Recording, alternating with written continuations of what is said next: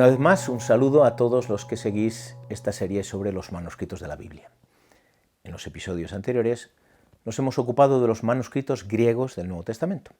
Hoy pasaremos a estudiar las traducciones o versiones antiguas de aquellos manuscritos, realizadas a medida que el cristianismo se iba expandiendo y era necesario que el Evangelio fuera conocido en otras lenguas.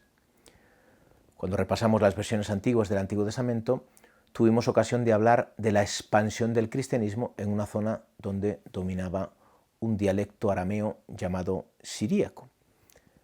Hasta la invasión árabe, la iglesia siríaca conoció un gran esplendor y una gran actividad literaria. Afraates y Sanefrén son sus dos grandes autores. También una actividad misionera. La evangelización de la India es obra de la iglesia siríaca y de ella quedan todavía huellas en el rito siro-malabar. Hasta nosotros han llegado hasta 5 versiones siríacas del Nuevo Testamento.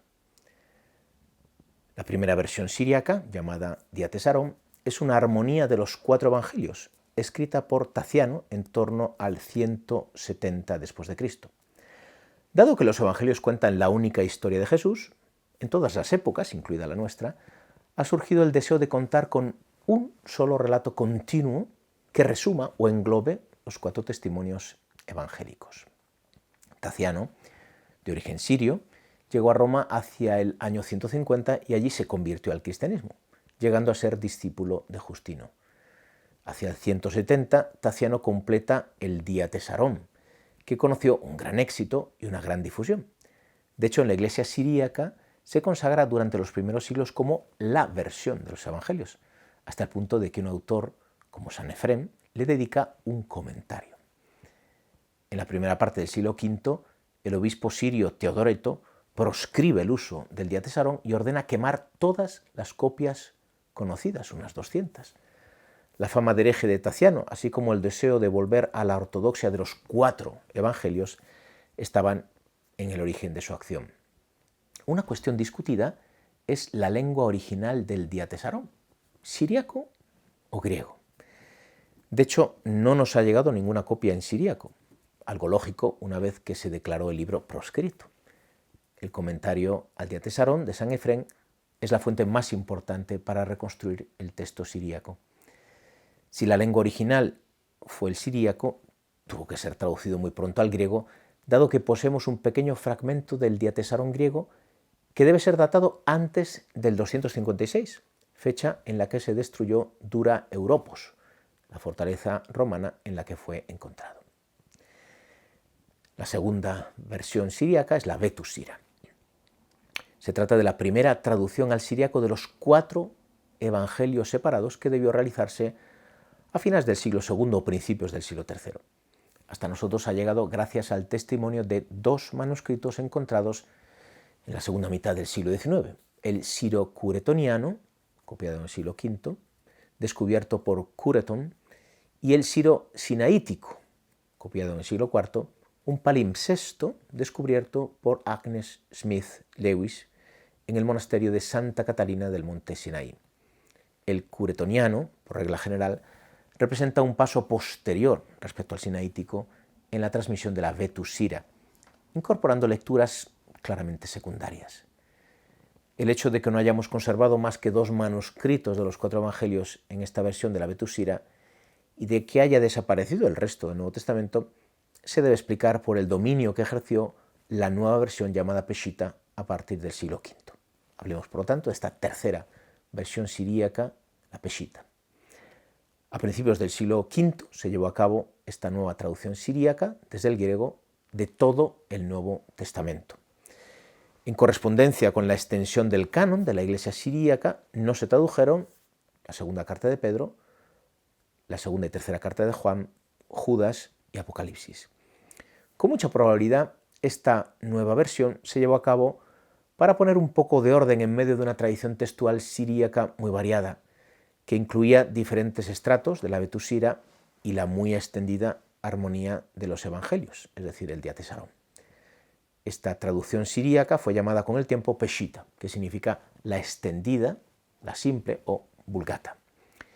A pesar de llevar el mismo nombre que la primera traducción siríaca del Antiguo Testamento, realizada en el siglo II, probablemente por la comunidad judía, La Peshitta del Nuevo Testamento tiene un origen y una historia totalmente diferentes.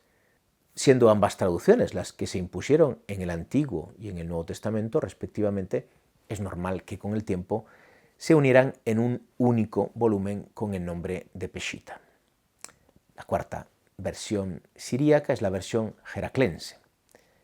En el año 616, Tomás de Heraclea concluye una nueva traducción al siríaco, muy literal, del Nuevo Testamento griego.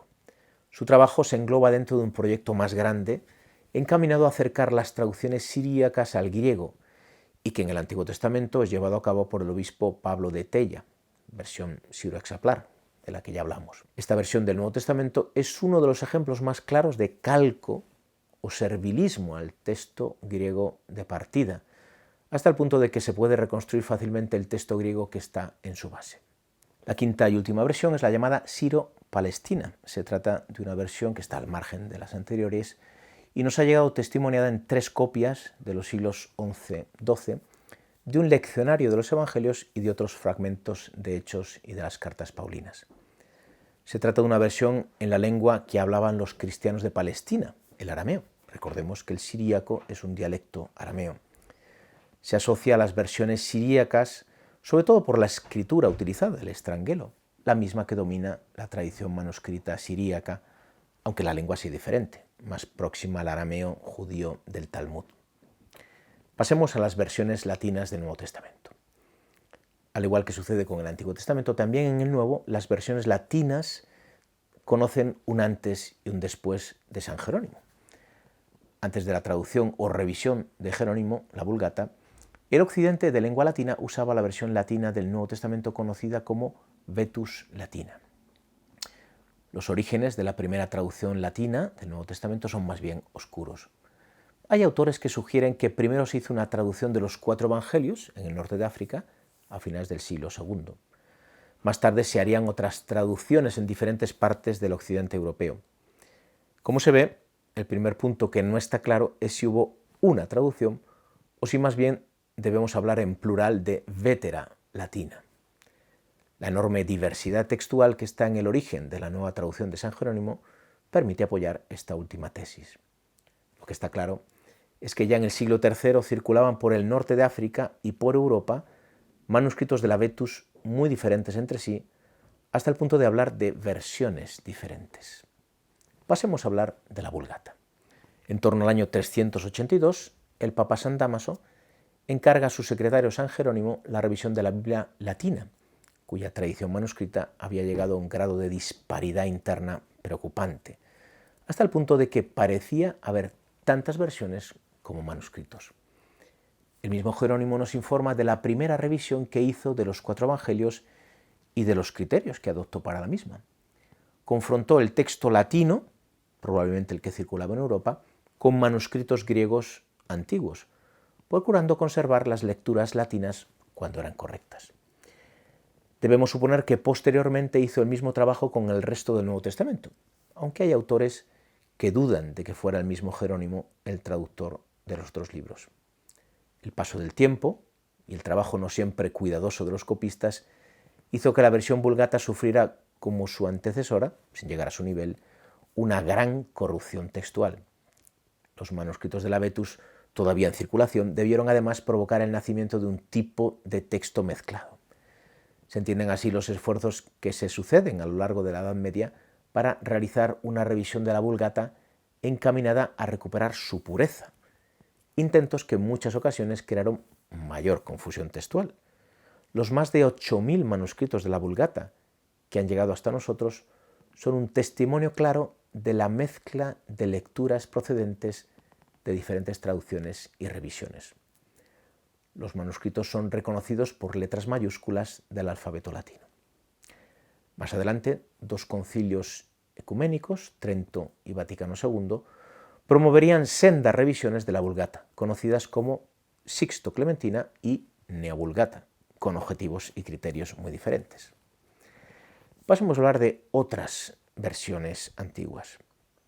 La rápida expansión del cristianismo por todas las orillas del Mediterráneo trajo como consecuencia natural la traducción de la Biblia a las diferentes lenguas entonces habladas.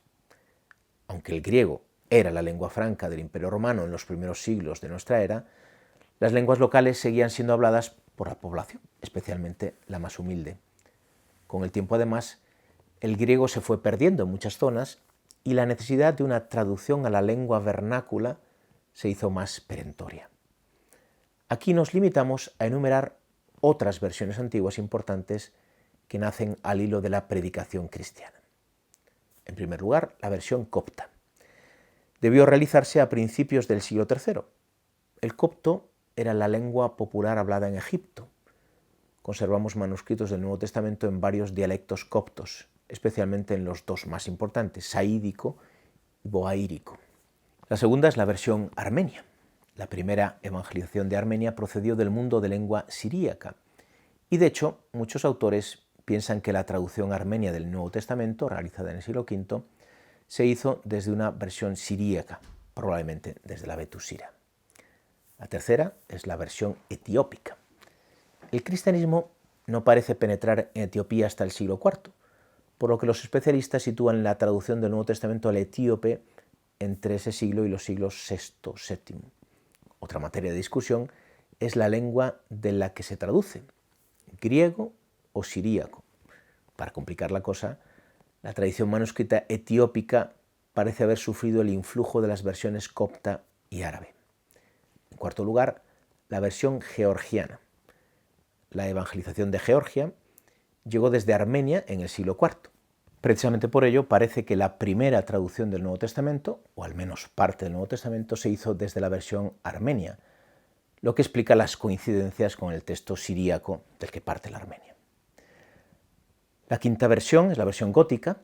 En el siglo IV y dentro del gran proyecto de evangelización de los godos, llevado a cabo por el obispo Ulfilas, se inició el proyecto de traducción de la Biblia para lo que se creó un alfabeto. La traducción del Nuevo Testamento, muy literal, se hizo desde el griego. El manuscrito mejor conservado es el Codex Argenteus, de los siglos V-VI, que contiene los evangelios en el orden occidental y que está escrito en letras de plata sobre pergamino purpúreo. Por último, en sexto lugar, las versiones árabes. Tras la invasión árabe del norte de África y Asia Menor, en el siglo VII, una buena parte de la cristiandad que se movía en aquella zona fue perdiendo progresivamente la propia lengua. Se hicieron necesarias, por tanto, nuevas traducciones de la Biblia, en este caso la lengua común o árabe. Se trató de diferentes versiones, a partir de proyectos diferentes en zonas y épocas muy diferentes. Por ello, no debe extrañar que los manuscritos que han llegado hasta nosotros testimonien versiones dispares entre sí, que además traducen de textos en lenguas diferentes, griego, siríaco o copto en sus diferentes dialectos. Esto es todo por hoy. Después de haber estudiado los manuscritos griegos y sus versiones antiguas, en el próximo episodio podremos adentrarnos en las ediciones críticas del Nuevo Testamento. Hasta entonces.